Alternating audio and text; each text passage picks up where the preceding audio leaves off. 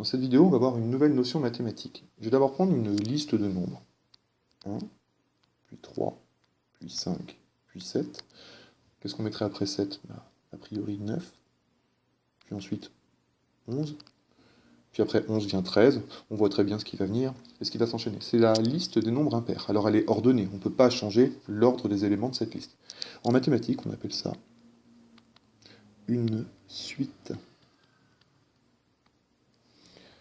Les suites en mathématiques, elles sont notées avec des lettres un peu plus particulières, c'est U, V ou W généralement. Donc ici, dans cette vidéo, je vais l'appeler U.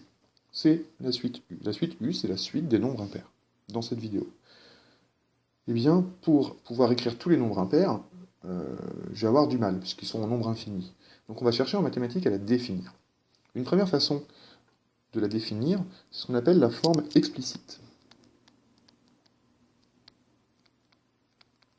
La forme explicite.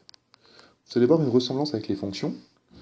Ici, pour ma suite U, je vais écrire que U de n égale 2n plus 1. Dans les fonctions, généralement, les variables, c'était x, mais là, on va prendre n. N, c'est ce qu'on va parcourir, ce qu'on va appeler les indices de la suite. Vous allez voir un petit peu l'idée. N ne prend pas n'importe quelle valeur. N prend les valeurs dans les entiers naturels. Par exemple, les entiers naturels, c'est 0, 1, 2, 3, 4, 5. Par exemple, si n égale 0, eh bien, on va calculer U de 0. Ça fait donc U de 0, donc je remplace n par 0, je prends le calcul, ça fait donc 2 fois 0 plus 1. 2 fois 0, 0, plus 1, ça fait 1. On retrouve ici le premier terme de ma suite. Le premier terme de ma suite U. Puis de même, si n égale 1, on aura le deuxième terme de ma suite. Si n égale 1, U de 1 est égal à 2 fois 1 plus 1. 2 fois 1, 2, plus 1, ça fait 3. On retrouve le deuxième terme de ma suite. Etc. On peut regarder le troisième terme, U de 2, ça fait donc 2 fois 2 plus 1, ça fait bien 5. On voit ici une façon de définir notre suite de nombres impairs.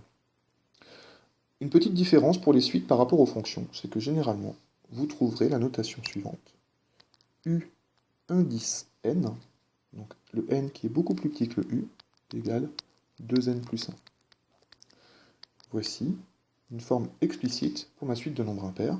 Ça revient exactement au même, en fait. Si je veux calculer par exemple le quatrième terme de ma suite, eh bien, je vais prendre u indice 3, u3, égale 2 fois 3, donc je remplace n par 3, plus 1, 6 plus 1, ça fait donc 7. Et je retrouve bien le quatrième terme de ma suite U.